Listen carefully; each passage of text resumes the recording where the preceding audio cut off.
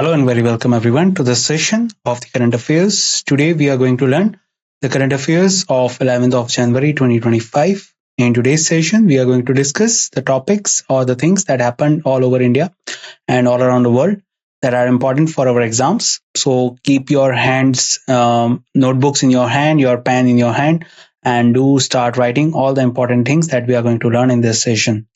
So before we start, these are the topics I got covered for you in this session. So as you can see, I've got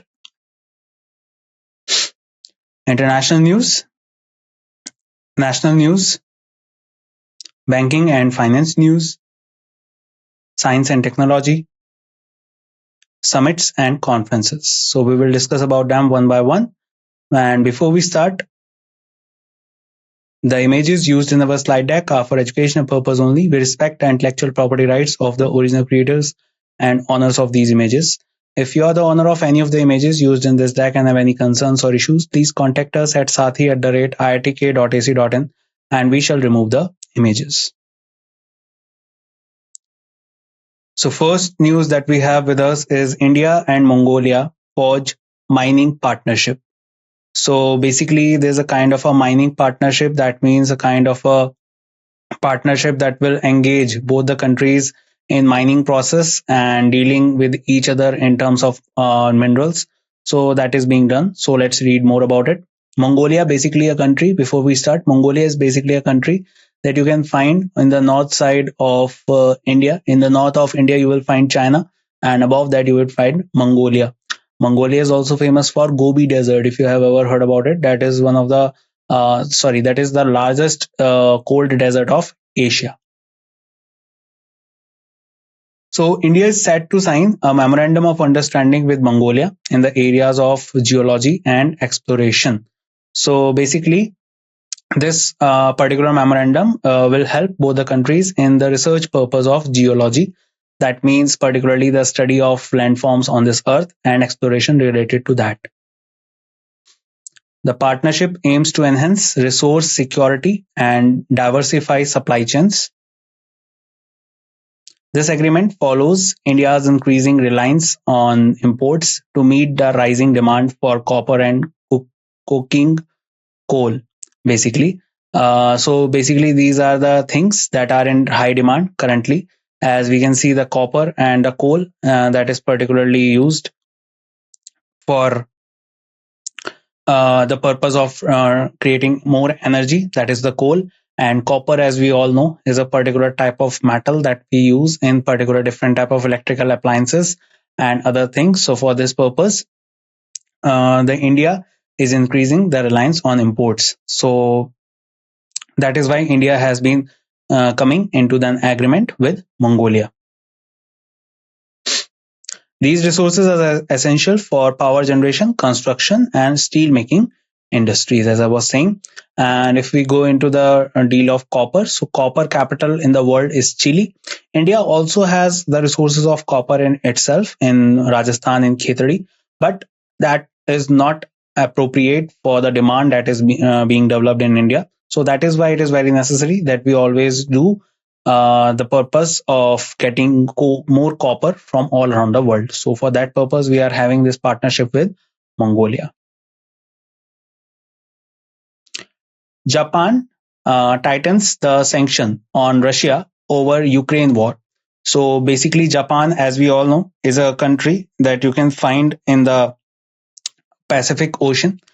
So basically, Japan is the country that you can find in the Pacific Ocean and in the Western Pacific Ocean, and just which is you can find just besides the China. And Japan has now tightened the sanctions on Russia over Ukraine war. That means that Japan is somewhere aligning with Ukraine, and the purpose of Russia is not appropriate in the terms of Japan. So that is why they are putting sanctions. Sanctions are nothing but a kind of restrictions that has to be put by a country on other countries when they particularly see that the things are not going according to their guidelines and according to their compliance. So Japan is tightening the sanctions on Russia. So Japan has announced a new series of sanctions targeting Russia, entities, and individuals. So basically, this will impact two things: their trade with Russia, and the other thing is the particular ongoing tourism and all that purpose. All these things will be impacted between Russia and Japan.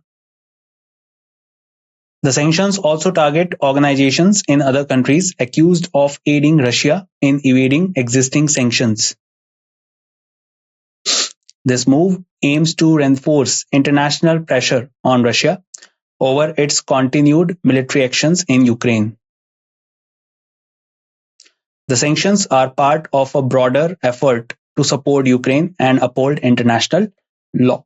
So I think you are able to understand that this is a kind of a way so that a kind of a pressure to be built on Russia, as Russia is basically depends on a lot of things all around the world on different countries, and Japan is doing a bit of its action, that it is putting some restrictions or some particular sanctions on things and try to make Russia like this, that Russia will particularly do things that will not particularly hamper Ukraine somewhere.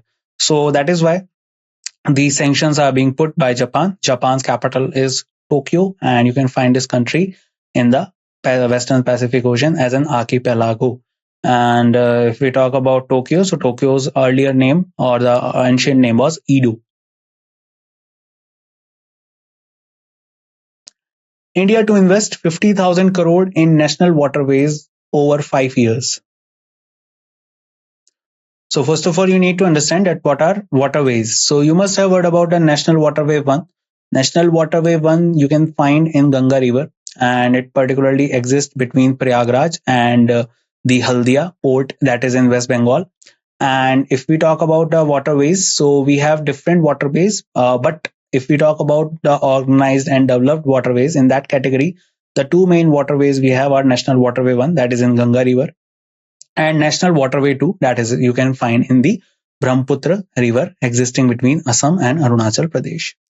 So Indian government has announced a significant investment of 50,000 crore over the next 5 years. Now you would be thinking that how the waterways will help in the development of the country. So basically, we all know that Ganga River flows through different states. Like we take an example of National Waterway 1.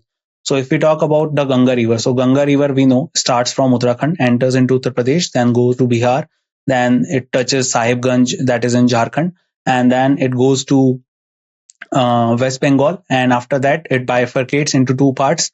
One goes into the West Bengal, that is called Hooghly, and the other one goes to Bangladesh, that is basically called Padma. Now in this whole scenario, when we go to Uttar Pradesh, so in Uttar Pradesh we have a place called Prayagraj. So at this particular place, the river also widens. We can find more widened river in the plains, as we can see from Ganga in Uttar Pradesh, Bihar. The existence of Ganga is more widened as compared to the mountains.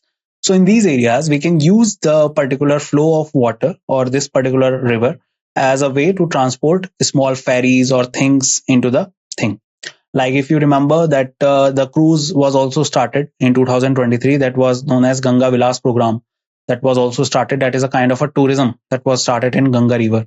So these type of things will develop the economy of our country and will help us transporting the things more efficiently through the ways of rivers. So that are called waterways. So Indian government has announced a significant investment of rupees 50,000 crore over the next 5 years. This initiative aims to enhance the country's inland water transport infrastructure. The development and improvement of national waterways will promote sustainable and efficient transportation. The investment is expected to boost economic growth and create new job opportunities. I was saying that all the things that are you can develop through the waterways. I hope you are able to understand now that why waterways are important in our country.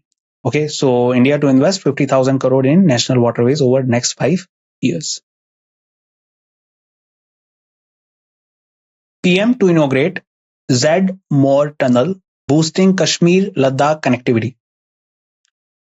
So Prime Minister Narendra Modi will inaugurate the ZEE Mains tunnel on 13 January 2025. The tunnel will create a year-round strategic corridor between Kashmir and Ladakh. It ensures continuous access to Sonmarg a popular tourist destination even during winter months. The tunnel includes an intelligent traffic management system to enhance safety and control vehicle flow. It is expected to boost winter tourism in Kashmir and support military logistics to Ladakh. So do remember that PM has to particularly inaugurated the Z More tunnel, boosting Kashmir Ladakh connectivity. You can find these tunnels to be constructed for the last around 26 years after the Kargil war. The development of these tunnels was boosted. As why? Because at the time of Kargil war, the main thing that come as a restriction or obstacle in front of the army is to move in from one place to another. Moving from the Kashmir region to the Dras sector was a very big obstacle at that time. So that is why at that time this point came forward that it is very important that we should create some tunnels in these areas so that at the unfortunate times we can move our artilleries, our armed forces very efficiently. Other than that, it is also very helpful for trade purpose, other connectivity, tourism. All will be considered under these, will be coming under these tunnels. So you remember there are different tunnels in Jammu Kashmir area. Like the first one that was built was Banihal, that was famously known as Jawahar Tunnel, that was built around 1950s. And after that, if we talk about the longest tunnel of Jammu Kashmir, that is Chenani Nasri Tunnel, also known as Shyama Prasad Mukherjee Tunnel. The length is 9.28 kilometer. And if we go into the longest tunnel at the height of 3000 meter, so that is basically Atal Tunnel. So that exists in basically the Rohtang Pass, and it connects the Himachal Pradesh from Manali side towards the Spiti Valley. That helps the people to go towards Ladakh. So that is all about it.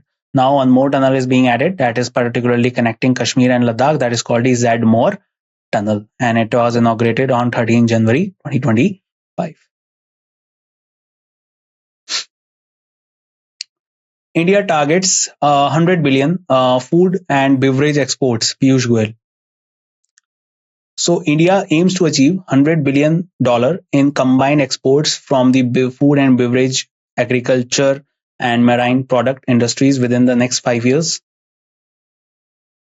Union Minister Piyush Goyal highlighted this potential during a keynote address to Indus Food 2025 in New Delhi. So basically, first of all, you need to understand that this is a kind of a report that is coming, and India is particularly aiming to achieve the $100 billion in combined exports from the food and beverage, agriculture, and marine product industries within the next 5 years. That means that we are creating a kind of a thing that we are hoping that in the next 5 years, the exports we are doing in terms of food and beverages, agriculture, marine products will be a kind of a turnover of around $100 billion.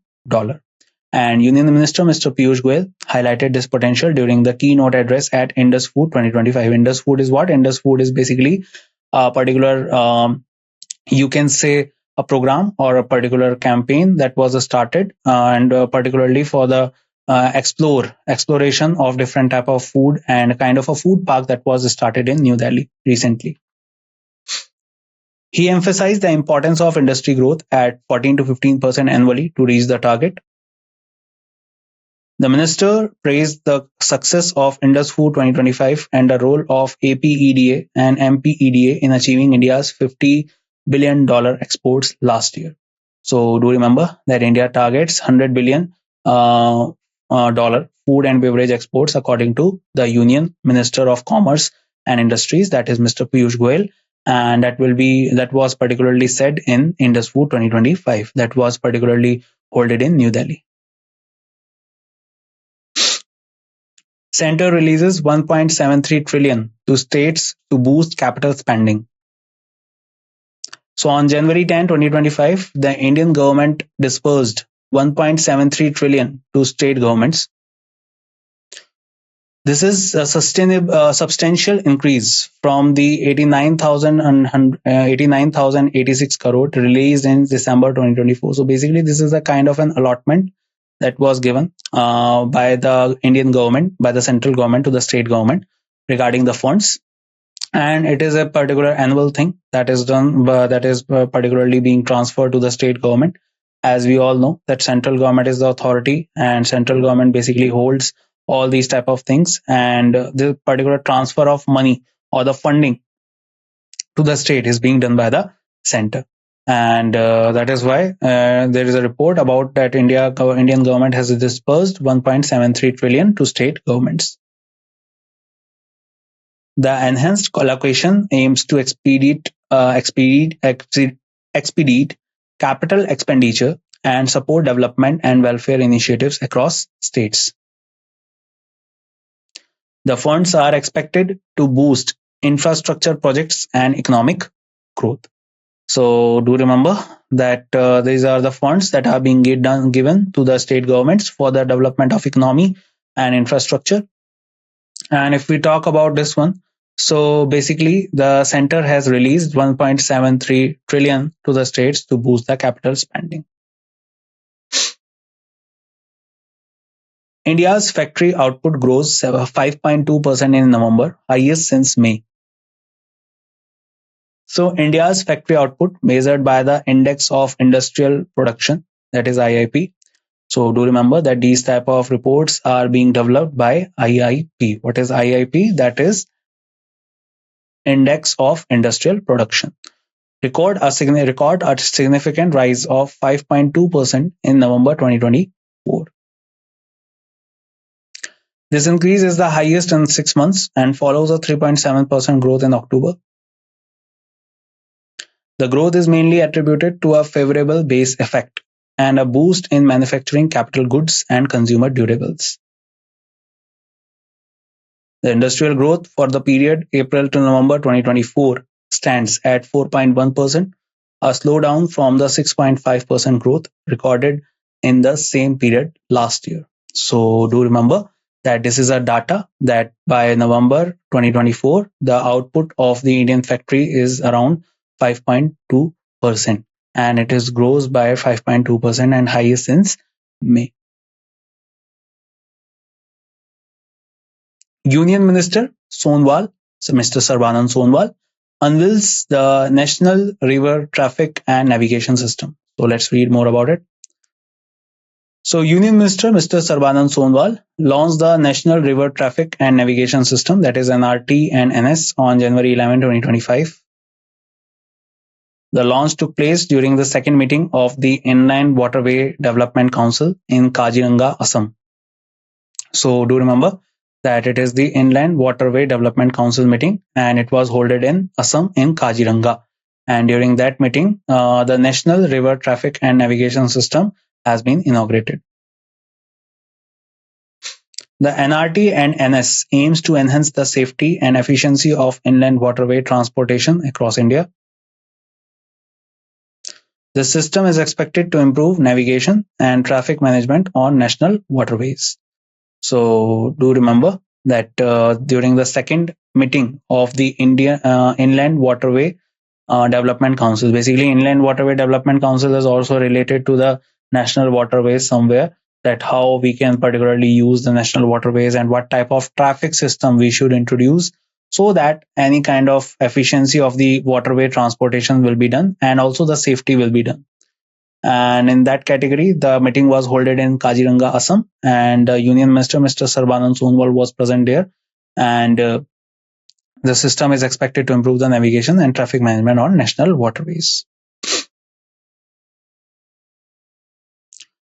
Rupee hits record low of 86 rupees against US dollar. So that means basically that $1 is now equal to 86 rupees.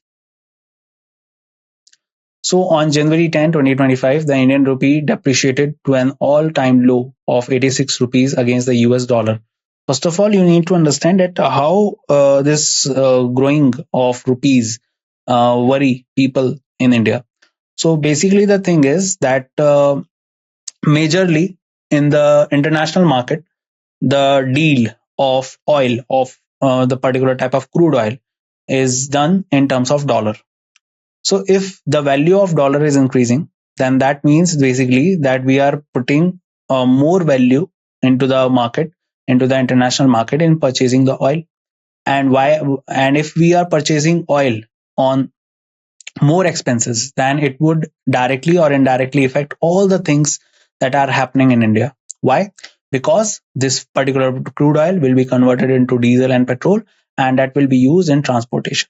And as we can say, the prices of petrol and oil will be increasing, and crude diesel will be increasing. That will directly or indirectly will be affecting the cost of transportation, that will be directly indirectly affecting the commodities cost, and that is why the dollar value against rupee is very important, and currently it has crossed the mark of rupees 86. And also you can see it as a particular type of a psychological pressure on the country when the particular things are increasing in terms of dollar. The rupee closed 14 paise lower than the previous day, marking the first instance it has breached the 86 rupees threshold. This depreciation reflects significant economic challenges facing the country, as I was explaining you earlier. The weakening rupee is expected to impact import costs and inflation, as I was saying. So do remember that $1 is now equivalent to 86 rupees. E-ways bills surge in December, second highest in 2 years. Basically, e-way bills are kind of a bills that are particularly introduced to track the type of things or the transportation of different type of products in our country. So that is basically called e-way bills. And in December, the e-way bills has surged, means the number of e-way bills generated in December were second highest in the last 2 years. So in December 2024, e-way bills reached their second highest levels in 2 years. A total of 8.8 crore e-way bills were generated during the month. This marks a significant 9.3% increase from the previous month and a 7.4% rise compared to the same period last year. The growth reflects an uptrend in economic activity boosted by increased transportation and trade movements. So do remember that e-way bills surge in December, second highest in 2 years.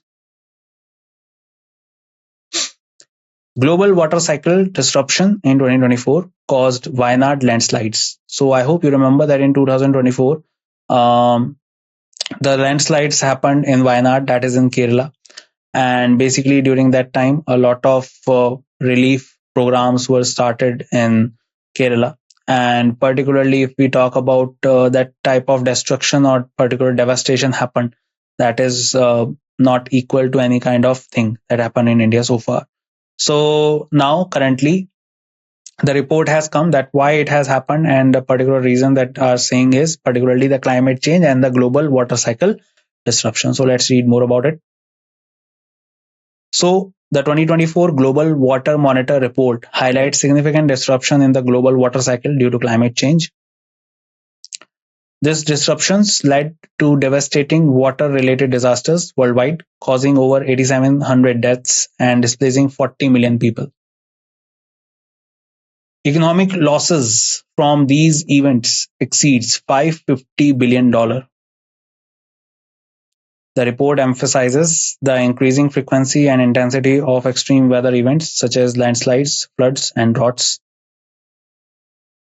The Wayanad landslides in India were particularly destructive, highlighting the impact of climate change on ecosystems and infrastructure. So do remember that the global water cycle disruption in 2024 caused Wayanad landslides.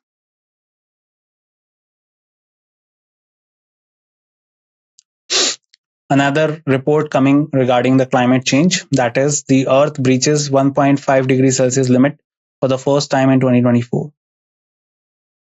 So in 2024 became the first year in recorded history when the mean global temperature exceeded the critical 1.5 degrees Celsius threshold above pre-industrial level. This breach marks a dangerous trajectory for global warming, bringing humanity closer to a point of no return. Climate experts warns that without drastic emission cuts, global temperature could exceed the 2 degree Celsius limit by 2050.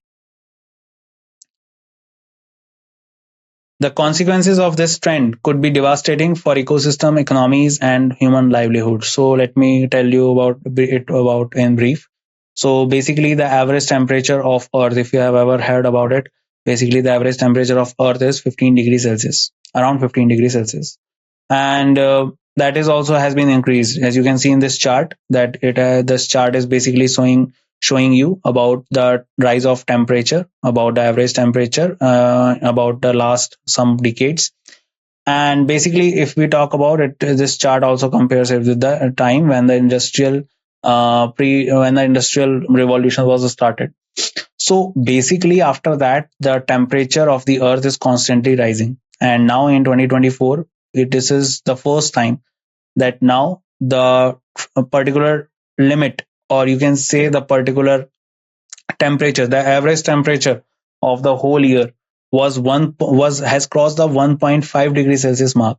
So you must be thinking that this is not very much high, but the thing is, this is very high, because 15 degrees Celsius, which I was saying, is the average temperature of the Earth, is basically already a kind of a worriness for the whole humankind, because when this temperature will be rising, the glaciers all over the world will be melting.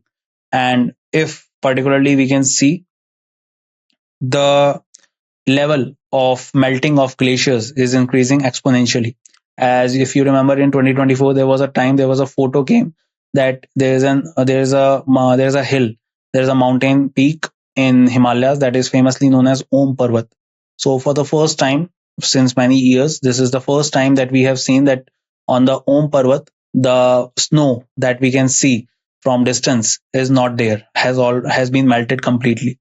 So it is kind of a worry thing for all the humanity, as I was saying, because if the glaciers are melted away, then the water level will rise exponentially, and that will impact the humanity majorly in the coastal areas. But do not consider yourself safe if you are living in the middle of any country, because the impact will reach to you as well.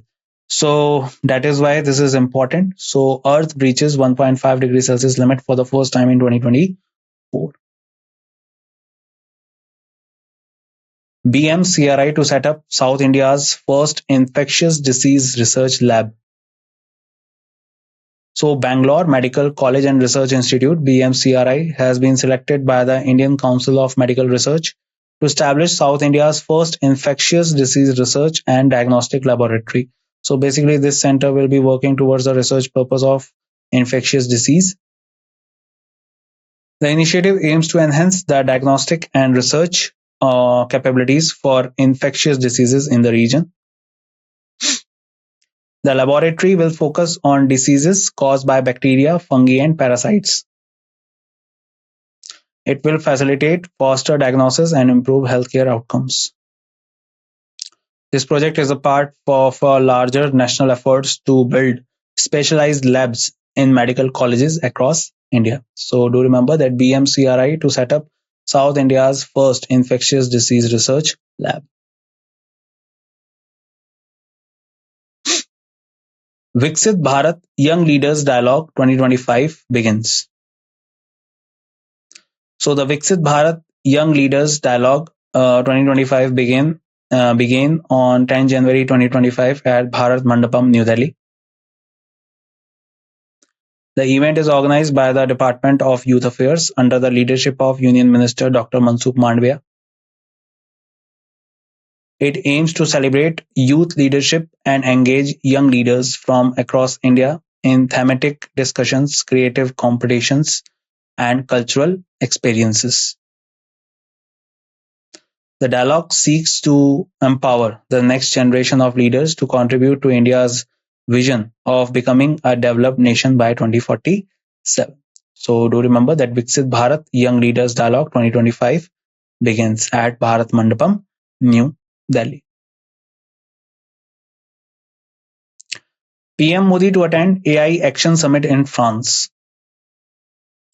So Prime Minister Mr. Narendra Modi is scheduled to attend the Artificial Intelligence AI Action Summit in Paris on February 10 to 11, 2025.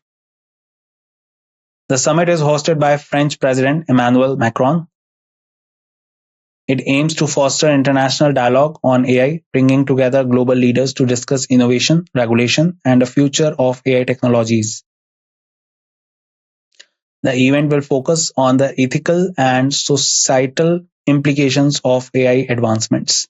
So, if we talk about Mr. Prime Minister Narendra Modi, so he is to be attend. He's to attend the AI Action Summit in France. Last year, the AI Action Summit was not happened. AI Safety Summit happened, and a part of it happened in Seoul, that is in South Korea, and it was started in 2023 when the first meeting of AI Safety Summit was held in United Kingdom. So at that time, AI Safety Summit was the name, but this is the first time that AI Action Summit is happening, and this is a kind of a first kind of meeting, and it was happening. It is happening in Paris, that is France. And that's it in this session, guys. I hope you learned a lot of things with me in this session, and it was full of knowledge, and you have adopted a lot of things regarding the things we have discussed. So I will meet you in the next session. Till then, bye bye. Take care, everyone, and see you soon.